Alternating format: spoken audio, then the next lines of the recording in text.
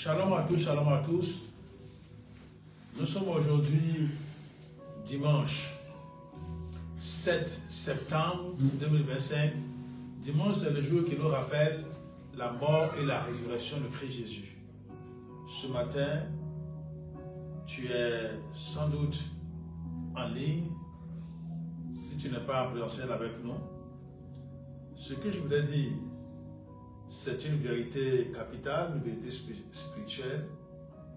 Dieu accomplit ses promesses, il exerce ses châtiments, il accomplit ses bénédictions, il exerce, sinon il proclame les malédictions de génération en génération si les conditions sont réunies. Je répète, Dieu exercera ses châtiments envers une famille, envers une génération, si s'y trouvent des gens qui perpétuent, des gens qui, j'allais dire, accomplissent les conditions pour qu'il y ait ainsi châtiment. De la même manière, Dieu accomplira ses bénédictions envers une famille, envers un individu, envers une génération, pourvu qu'il y ait des gens qui puissent accomplir les conditions, qui puissent réaliser les conditions pour qu'il y ait bénédiction.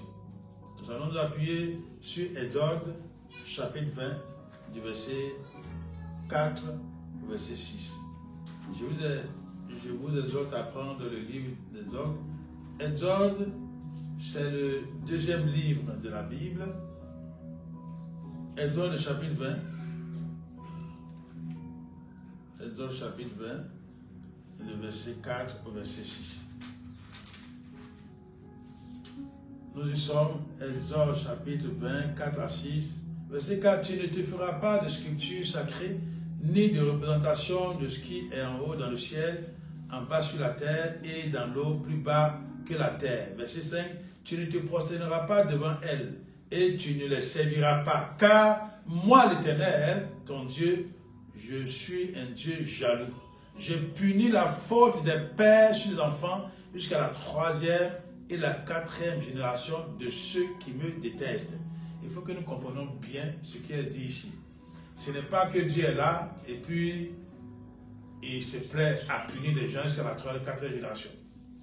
Cette promesse, en guillemets, ce châtiment-là, s'accomplit si seulement si il se trouve des gens qui refont les mêmes choses d'une génération à l'autre. Le verset 6 dit « Et j'agis avec bonté jusqu'à 1000 générations envers ceux qui m'aiment et qui respectent mes commandements. » Les bénédictions aussi, ça ne vient pas par hasard. Allez-y, ces bénédictions-là, Dieu les accomplit de génération en génération. Ici, il est parlé de millième génération pour ceux qui le craignent, pour ceux qui l'aiment, pour ceux qui l'aiment et qui respectent ses commandements. Nous allons prendre de façon pratique quelque chose qui s'est passé dans la vie d'une famille. 1 Samuel chapitre 2 et le verset 30. 1 Samuel le chapitre 2 et le verset 30. Dans 1 Samuel, le chapitre 2 et le verset 30, il est dit « L'Éternel, le Dieu d'Israël, déclare, j'avais certes dit que ta famille et celle de ton ancêtre marcheraient devant moi pour toujours, mais maintenant, l'Éternel le déclare, loin de moi cette intention. En effet, je n'honorerai celui qui m'honore, mais ceux qui me méprisent seront méprisés. Je n'honorerai celui qui m'honore, mais ceux qui me méprisent seront méprisés. » Il est question de la famille du sacrificateur Élie. Il se trouve, bien que Dieu ait promis à Élie qu'il aurait tout le temps quelqu'un à la tête de des sacerdoces, il se trouve que les enfants d'Élie n'ont pas, au fini, n'ont pas respecté la parole de Dieu. Donc voilà, Dieu dit, ah, ma promesse là, je vous l'arrache. Effectivement, nous savons par la suite que c'est Samuel qui les a remplacés. Samuel est devenu juge en Israël, le prophète Samuel, et puis ainsi de suite. Donc, il faut que nous comprenions cela. Les châtiments là, et les bénédictions dépendent du relais. Est-ce qu'il y a un relais pour continuer cela? Dieu exauce nos prières pourvu qu'elles soient conformes à sa volonté. Ça, c'est un autre principe que je veux relever. Dieu exauce nos prières pourvu que ces prières soient conformes à sa volonté et soient faites en accord des cœurs. C'est-à-dire que si nous qui sommes réunis ici, nous nous entendons et nous décidons de prier pour un sujet de prière, Dieu nous l'accorde. Nous voyons cela dans Matthieu chapitre 18, verset 19, et puis dans 1 Jean chapitre 5, verset 14 à 15. Si ce que nous demandons à Dieu est selon sa volonté, alors il nous accorde ce que nous demandons. C'est pour cela qu'il faut prier d'un cœur résolu. Il faut prier avec insistance. Il faut prier avec force. Quand Christ priait pour ne pas tomber avant d'arriver à la croix, dans Luc 22, il est dit qu'il priait tellement fort, il s'était tellement engagé que sa sueur était devenue comme des grumeaux de sang. Oui, sa sueur perlait, mais c'était du sang qui tombait à terre. Je parle de grumeaux. Si quelqu'un quelque chose te tient à cœur là, tu jettes toutes tes forces. Voilà, mais quand ça ne te tient pas à cœur, bon, tu fais comme un amateur, c'est-à-dire que tu fais de temps en temps, tu te dis, bon, je vais prier pour voir, je vais faire voir si ça marche. Non, il faut que tu t'engages, tu te dises que ça va marcher, il n'y a rien à faire. Et surtout quand c'est pour des enjeux, quand c'est pour des intérêts communautaires. Aujourd'hui, nous avons prié pour notre nation. Nous avons demandé que la paix y règne. Que tout ce à quoi les gens pensent, pour dire oui, il y aura tant de violence, de choses, que Dieu désarme le cœur et que sa parole soit proclamée, que sa volonté s'exerce. Et que si, comme il est dit dans Jérémie chapitre 29, verset 11, Dieu dit que c'est un projet de paix qu'il a élaboré en notre faveur. Donc c'est important. Tu veux que l'aurore arrive, une aurore bénie pour toi arrive, alors mets-toi en pensée, en esprit, que c'est toi qui dois faire en sorte que cette aurore-là puisse arriver. Cette aube bénie puisse arriver, ce bonheur réel puisse arriver. Il ne faudrait pas que tu te mettes à l'idée que tu peux faire comme un amateur, de temps en temps tu pries, de temps en temps tu fais ceci, de temps en temps tu veux faire plaisir à Dieu. Non, c'est toute la ligne, c'est toute la ligne qu'il faut faire plaisir à Dieu. Vous l'avez sans nous deviner, le sujet de l'enseignement ce matin est le suivant. Pour toi, l'aurore s'est levée. Pour toi, l'aurore s'est levée. Tu peux dire pour moi, l'aurore s'est levée. Là où tu es, répète, pour moi, l'aurore s'est levée. Pour moi, l'aurore s'est levée. Pour moi, l'aurore s'est levée. Vous avez suivi, pour ceux qui ont suivi le culte, il y a un chant qu'on a chanté qui dit « Les ténèbres ont reculé ». Les ténèbres ont reculé. Si les ténèbres ont reculé, c'est que l'aurore s'élève pour moi. Au lever du jour, les ténèbres, la nuit se dissipe, et puis c'est l'aurore qui paraît. Nous allons lire pour cela Ésaïe, le chapitre 8, et le verset 23. Ton aurore s'est levée. Il faut que tu le saches. Ton aurore s'est levée. Et nous allons ce matin en parler et nous mettre en condition pour que si on n'a pas encore perçu, qu'on le perçoive au nom de Jésus. Ésaïe chapitre 8 et le verset 23. Dans certaines versions, Ésaïe chapitre 8, verset 23 est en fait le premier verset du chapitre 9. Exemple dans la version Darby. Donc, Ésaïe 23, Ésaïe 8, 23, elle dit, les ténèbres ne régneront pas toujours sur la terre où il y a maintenant des angoisses. Si les temps passés ont couvert de mépris, le territoire de Zabulon et de Nephtali, les temps à venir, couvriront de gloire. La région voisine de la mer, la région située de l'autre côté du Jourdain, la Galilée à la population étrangère, la Galilée à la population païenne. Ésaïe chapitre 9, verset 1 dit ceci: le peuple qui marchait dans les ténèbres a vu une grande lumière. Sur ceux qui habitaient le pays de l'ombre de la mort, une lumière a brillé. Le peuple qui marchait dans les ténèbres a vu une grande lumière. Sur ceux qui habitaient le pays de l'ombre de la mort, une lumière a brillé. Gloire à Dieu. Cette parole a été prononcée par le Seigneur Jésus dans Matthieu chapitre 4, verset 16. Matthieu chapitre 4, verset 16. Et nous comprenons l'intitulé de notre sujet d'enseignement.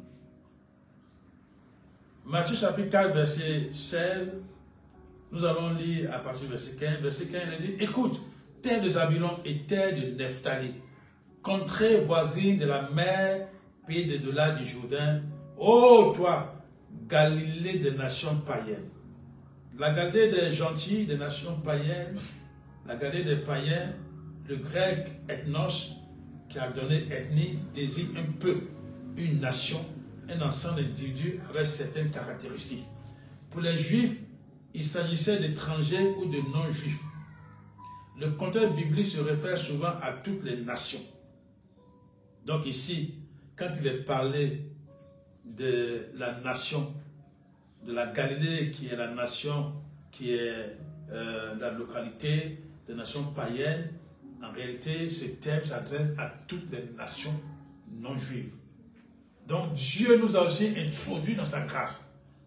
C'est pourquoi dans Jérémie, dans Isaïe chapitre 8, 23, nous avons lu, il est dit que les ténèbres ne vont pas toujours régner sur la terre. Sur ta terre, il faut que tu te dises, sur ta terre, sur ta vie, les ténèbres ne vont pas toujours régner. Il faut que tu le comprennes, tu le comprennes, que tu la mettes. Parce que si ta mentalité a été transformée, alors tu verras les choses que tu appelles à la distance accomplir. Si ça n'a pas été changé, que les ténèbres couvrent toujours ton esprit, alors tu comprends que tu ne pourras pas avancer. Au verset 16, il est dit, le peuple qui vivait dans les ténèbres a vu resplendir une grande lumière. Et pour ceux qui habitaient dans le sombre pays, sur lequel planait l'ombre de la mort, une aurore s'est levée. Je relis ce verset, verset 16. Le peuple qui vivait dans les ténèbres a vu resplendir une grande lumière. Et pour ceux qui habitaient dans le sombre pays, sur lequel planait l'ombre de la mort, une aurore s'est levée. Ésaïe 8, 23, Ésaïe 9, 1. Et puis, ces deux versets sont accomplis. Parce que quand vous verrez, quand vous lisez le verset 12 et le verset 14, il est dit le verset 12 à 14, toujours Matthieu 4, quand Jésus, après que Jean avait été arrêté et emprisonné, il regagna la Galilée, le verset 13, mais il ne resta pas à Nazareth, il alla s'établir à Capernaum, au bord du lac, sur les confins des territoires de Zabulon, et de Nephtali. Ainsi devait s'accomplir la prédiction du prophète Ésaïe qui avait annoncé ce que nous avons lu. Les ténèbres ne vont plus régner.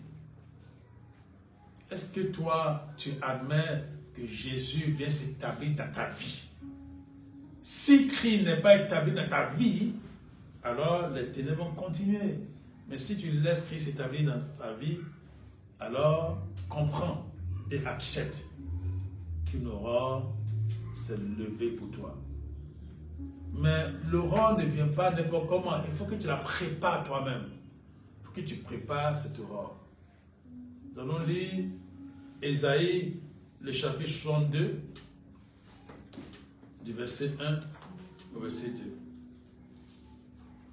2. Ésaïe, Ça va lire d'abord le chapitre 60, verset 1 à 2. Ésaïe 60 d'abord, verset 1. Lève-toi, brille, car ta lumière arrive et la gloire de l'Éternel se lève sur toi. Verset 2, 7. Les ténèbres recouvrent la terre et l'obscurité profonde enveloppe les peuples. Mais sur toi, l'Éternel se lèvera. Sur toi, sa gloire apparaîtra. Verset 3. Des nations marcheront à ta lumière et des rois à la clarté de ton aurore. Cette promesse s'adresse à Jérusalem. Mais toutes les promesses qui figurent dans la parole de Dieu s'adressent à nous en priorité. Si tu as accompli l'alliance avec Jésus, alors cette promesse s'adresse à toi.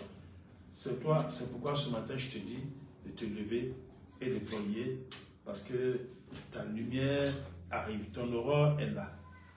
Il faut que tu prépares l'avènement de ton aurore. S'il est dit que tu dois te lever et briller, ça veut dire que l'aurore est là. Si tu ne te lèves pas, tu ne pourras pas briller. Si tu restes assis dans les ténèbres, tu ne pourras pas briller. Quitte les aurores, quitte les ténèbres et tu verras que tu vas briller. Il faut que tu comprennes que l'avènement de ton aurore dépend de toi. Il faut que tu te lèves dans la prière. Il faut que tu te lèves dans la pratique de la parole de Dieu. Tu lis la parole de Dieu sans doute tout le temps, mais est-ce que tu veux l'accomplir? Est-ce que tu la lis pour l'accomplir? Ou bien tu la lis simplement comme un roman? Il y a beaucoup de gens qui lisent la Bible comme un roman. Ils ont trouvé leur roman préféré, alors ils la lisent, ils la lisent. Il est bon de lire la Bible pour avoir la connaissance biblique, mais il est mieux de mettre en pratique ces paroles. Nous allons lire Luc chapitre 6, du verset 12 au verset 13, pour montrer que même Jésus a préparé son aurore. Luc chapitre 6, verset 12 à 13, il dit, à cette époque-là, Jésus se retira sur la montagne pour prier. Il passa toute la nuit en tête à tête avec Dieu. Verset 13, au point du jour, c'est-à-dire à l'aurore, à l'aube, il rassembla ses disciples et en choisit 12 d'entre eux.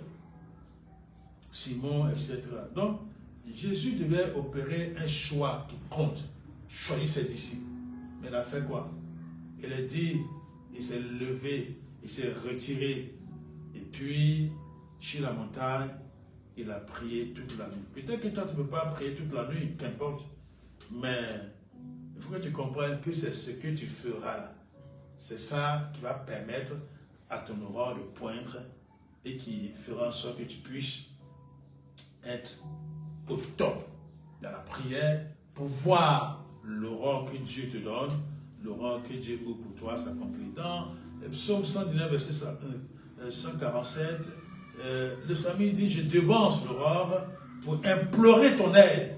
J'espère en tes promesses. Celui qui espère en les promesses de l'Éternel devance l'aurore. C'est-à-dire, en fait, très tôt, il prie.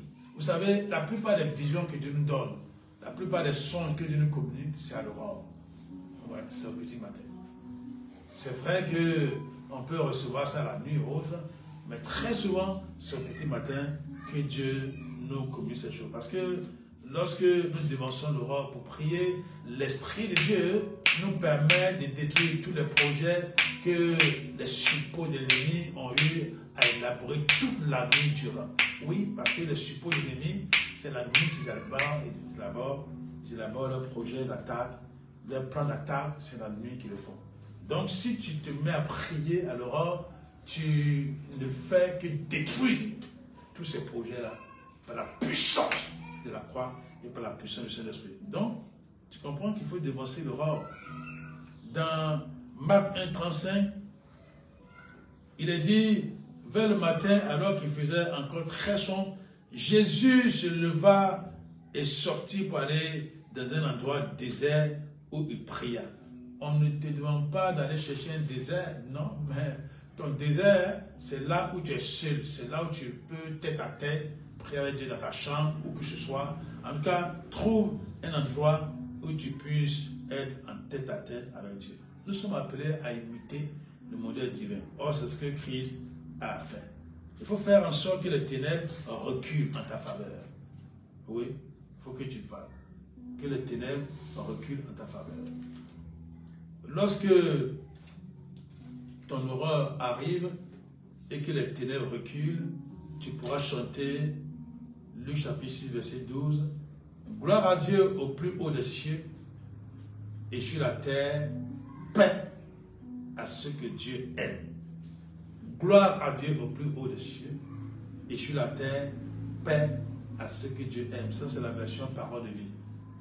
Oui, ceux que Dieu aime sont ceux qu'il agrée, ceux qu'il approuve, ceux qui luttent pour la manifestation de sa gloire, de son amour parmi leurs semblables, oui, leurs prochains. Ceux qui proclament son règne et qui restent du côté de la justice. Ce ne sont pas ceux qui luttent pour une quelconque gloriole, non. Si tu pries pour avoir ta bénédiction à toi seul, dans l'égoïsme, ce n'est pas la peine. Dieu veut choisir des gens, il veut des gens qui prient, qui puissent permettre à ceux qui dirigent ou à ceux dont ils sont issus d'avoir le bonheur, la félicité, la paix. Voilà pourquoi Christ déclare dans Matthieu 22, nous lisons du verset 37 au verset 40, Matthieu 22, 37 à 40. Je dis ça dans la version parole vivante. Il est dit au verset 37, « Tu aimeras le Seigneur ton Dieu de tout ton cœur, de toute ton âme et de toute ta pensée. » Le verset 38 dit, c'est le premier et le plus grand commandement. Ça veut dire que si tu veux que ton aurore paraisse, que ton aurore se lève, alors il faut que tu t'attaches au Seigneur. Dans Jean 8, 29, comme je l'ai dit, Christ a dit que le Père est avec lui. Il ne laisse jamais seul, parce qu'en réalité, lui, Jésus, il fait toujours ce qui est agréable à Dieu. Oui. Donc, tu aimeras le Seigneur ton Dieu de tout ton cœur, de toute ton âme et de toute ta pensée. C'est le plus grand commandement, le premier, le plus grand commandement. Et Jésus ajoute au verset 39, et voici le deuxième qui lui est semblable. Tu aimeras ton prochain comme toi-même. Tu aimeras ton prochain comme toi-même. Et verset 40, Jésus dira, de ces deux commandements dépendent toute la loi et les prophètes. De ces deux commandements dépendent toute la loi et les prophètes. Jésus dénonçait les scribes et les pharisiens parce que c'est des gens qui aimaient accomplir les petits détails de la loi. Par exemple, ils donnaient même la dîme des fleurs qu'ils plantaient dans leur jardin. Et puis, pour faire leur ablution, pour faire les rituels religieux, la coupe dans laquelle ils mettaient le vin, par exemple, la boisson, ils nettoyaient autour, que ça brille, mais ils ne faisaient rien pour le dedans. Et Jésus a traité de tombeaux blanchis. Il a dit, vous faites ça, c'est bon, mais vous ne faites pas la volonté de Dieu. Donc si tu veux que ton aurore se lève, mais que tu ne fais pas la volonté de Dieu, tu es chaud. Au niveau religieux, tu es chaud. Devant les gens, tu as le comportement qui montre peut-être que tu exerces la piété, mais dans la réalité, tu n'es pas agréable à Dieu parce que Dieu, ce sont les cœurs les reins. Et Jésus dira encore dans Matthieu 7, 12, tout ce que vous seriez heureux que les autres fassent pour vous, faites-le de même, faites-le vous-même. Faites-le de même pour eux. Cela résume l'enseignement de la loi et des prophètes. Si tu veux que ton aurore se lève, il faut que tu sois dans cette attitude. Si tu ne le fais pas, sache que tu perpétues l'une des lois qui ouvre les portes au châtiment. On a lu ça dans Exode chapitre 20, versets 4 à 6. Il faut que tu comprennes qu'il y a des conditions à remplir pour que ton aurore se lève. L'aurore ne se lèvera pas pour celui qui ne se met pas devant le Seigneur pour la préparer. Parce que ce n'est pas par hasard que l'aurore arrive. Il faut que tu te laisses imprégner par cette présence et que ton cœur soit rempli d'amour pour Dieu en premier et pour ton semblable, ton prochain en second lieu. En faisant ça, c'est toute la religion du monde qui t'a accompli ainsi. Si j'ose ainsi extrapoler un peu la pensée de Christ. Donc ce matin, je voulais nous exhorter à pouvoir nous attendre à notre aurore. Ton aurore s'élève. Toi, pour toi, l'aurore s'est levée. Donc il faut que tu sois prêt à la préparer davantage pour ne pas que l'ennemi vienne dresser, vienne implémenter des obstacles pour empêcher ton aurore, pardon. Ton aurore, l'aurore, ce n'est pas l'erreur.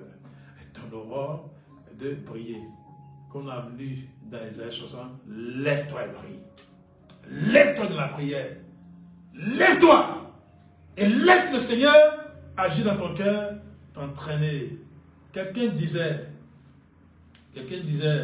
nous allons terminer par là, Isaïe, le chapitre 62. Ouais, Isaïe, c'est plein de promesses. Isaïe, le chapitre 62, quelqu'un disait, au verset 1, à cause de Sion, il dit, à cause de Sion, je ne me tairai point. À cause de Sion, je ne me tairai point. À cause de Sion, Sion c'est Jérusalem, je ne me tairai point. À cause de Jérusalem, je ne prendrai pas de repos jusqu'à ce que sa justice apparaisse comme l'aurore et son salut comme un flambeau qui s'allume. Je ne sais pas quel engagement toi tu prends. Ta localité là.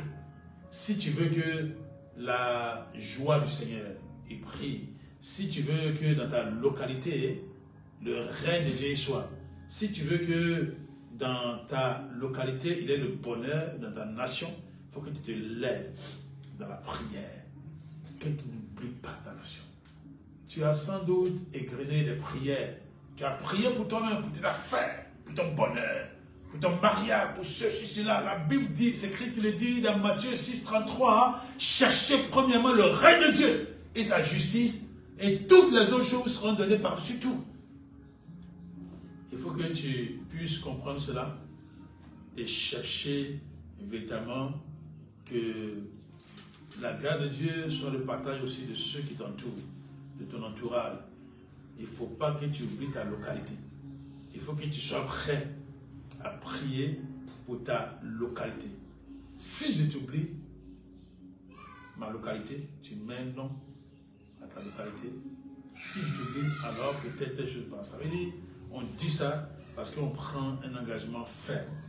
On prend un engagement ferme de glorifier le Seigneur, de marcher selon ce que Dieu veut. Dans le psaume 137, au verset 4, les exilés, des gens étaient allés en exil à Babylone, et voilà que le bourreau leur demandait de chanter des chants, parce qu'ils savent chanter. Et puis le Saint-Esprit dit ceci au verset 4, comment chanterions-nous les chants de l'Éternel sur une terre étrangère? Et puis il ajoute au verset 5, si je t'oublie Jérusalem, tu peux mettre ta localité, ta nation, si je t'oublie Jérusalem, que ma main droite m'oublie. Et verset 6 dit, que ma langue reste collée à mon palais, si je ne me souviens plus de toi, si je ne place pas Jérusalem au-dessus de toutes mes joies. Ils avaient certainement des joies, ils étaient contents parce que ça marchait. Aujourd'hui, nous avons la diaspora africaine, chaque pays a sa diaspora quelque part. Et les gens sont contents, ils bénéficient de tout, ils ont le bonheur. Et ils oublient ainsi leur pays d'origine, leur localité. Ils oublient cela. Il faut que tu comprennes que ton combat au niveau spirituel, ta prière, tu ne dois pas oublier la localité d'où tu es issu, de laquelle tu es sorti. Il faut que tu puisses avoir la hargne de prier pour le bonheur de cette localité. Parce que dans Jérémie 29:11, j'aime beaucoup citer ce projet. Dieu dit que c'est pas cette promesse, que c'est un projet de bonheur qu'il a pour nous. Et dans le verset 7, le verset 7, c'est ça, c'est le verset 7 ou 9? En tout cas, dans le verset, on va lire ça, pour ne pas qu'il y ait, dans Jérémie,